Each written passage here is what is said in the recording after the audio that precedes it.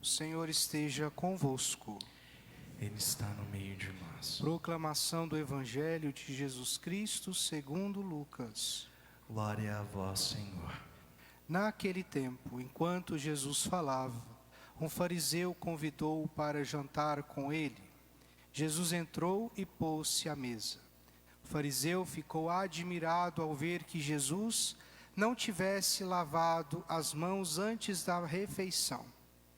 O Senhor disse ao fariseu: Vós, fariseus, limpais o copo e o prato por fora, mas o vosso interior está cheio de roubos e maldades. Insensatos! Aquele que fez o exterior, não fez também o interior? Antes, dai esmola do que vós possuís, e tudo ficará puro para vós. Palavra da salvação. Glória a vós, Senhor. Que as palavras do Santo Evangelho perdoem os nossos pecados. Amém.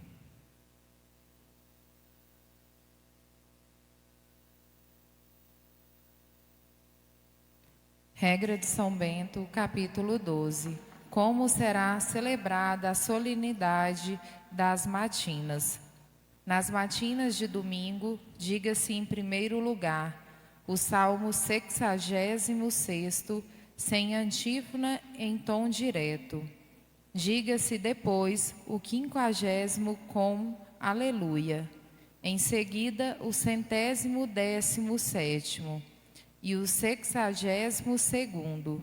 Segue-se então os Benedicite e os Laudete, uma lição do Apocalipse de cor, o responsório, o hino, ambrosino, o versículo, o cântico do Evangelho, a litania, e está terminado. Queridos irmãos e irmãs, hoje, além de celebrarmos Santa Teresa d'Ávila, também temos a nossa novena. E nós acabamos de escutar da regra de São Bento as regras específicas para os monges recitarem os salmos, né? A vida monástica no mosteiro ela é marcada pelo ofício divino, onde parte desse ofício divino tem regras, tem uma estrutura. Todos os dias, quando temos coro suficiente, nós rezamos aqui na igreja. Então, tem uma série de regras e de condutas e uma organização e uma lógica autoexplicativa que, com o passar do tempo, essa regra, essa lei vai entrando dentro do nosso coração e vai se tornando um costume. Bem parecido com as leis que aparecem hoje na primeira leitura. Fala-se da circuncisão. Aqui, São Paulo, ele é claro ao dizer aos Gálatas que eles precisam avançar para águas mais profundas da fé. Eles estão vivendo a fé de forma muito superficial e não se esquecendo do tempo em que eles eram judeus. Porque todo judeu precisa circuncidar-se. Mas, em Cristo, todas essas regras de conduta, todos esses costumes sem sentido, caíram por terra, mas esse povo teve dificuldade de chegar a um ponto de ter que abandonar as antigas práticas.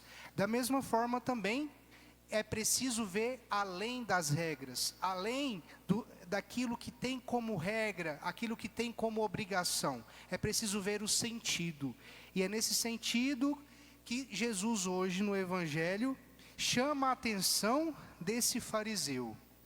O fariseu convida Jesus para a casa dele e observa que Jesus não lava as mãos, não faz o rito de purificação. E Jesus sabia que ali já tinha um julgamento no coração desse fariseu. Por isso que Jesus é claro ao dizer: vocês limpam o copo por fora, limpam o prato por fora, limpam as mãos, mas como que está o interior? Como que está o seu coração? Do que adianta cumprir tantos preceitos externos se o seu coração não está buscando a Deus verdadeiramente, está representando, está fazendo de conta? E aí Jesus vai buscando aos poucos desconstruir essa religião marcada apenas por atos externos. Santa Teresa d'Ávila também, essa santa doutora da igreja que nós celebramos hoje, uma mística da igreja, que viveu uma espiritualidade muito profunda, foi carmelita descalça, responsável por reformar o Carmelo. Ela também observa o Carmelo.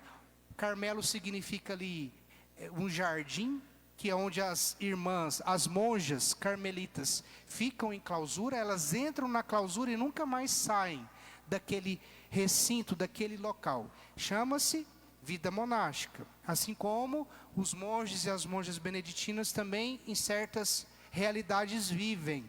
Portanto, ela vivendo dentro do Carmelo, ela percebeu que muitas regras já estavam sem sentido, já não correspondiam mais à época que ela estava dedicada ao Carmelo. E o que Teresa d'Ávila faz? Ela reforma o Carmelo.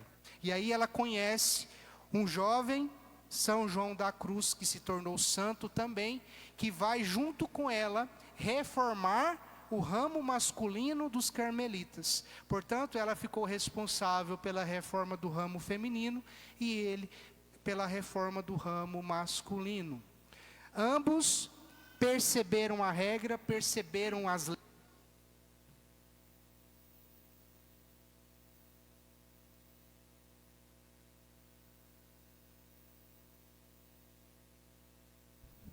Ambos perceberam a regra, perceberam as leis, e a partir dessa percepção conseguiram avançar para águas mais profundas. Assim como fez São Paulo aos Gálatas hoje, nessa primeira leitura, assim como fez São Bento para com os seus monges, para entender as regras do saltério para além dos salmos. Não apenas de forma superficial, mas de forma profunda.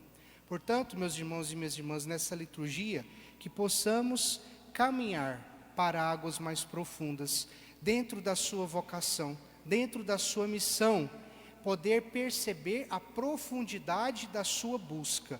Não apenas buscar a religião de forma superficial, de forma apenas externa, apenas por uma obrigação, mas principalmente por uma convicção do coração, uma convicção da nossa busca.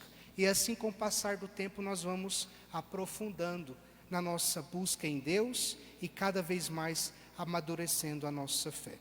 Louvado seja nosso Senhor Jesus Cristo. Para sempre seja louvado.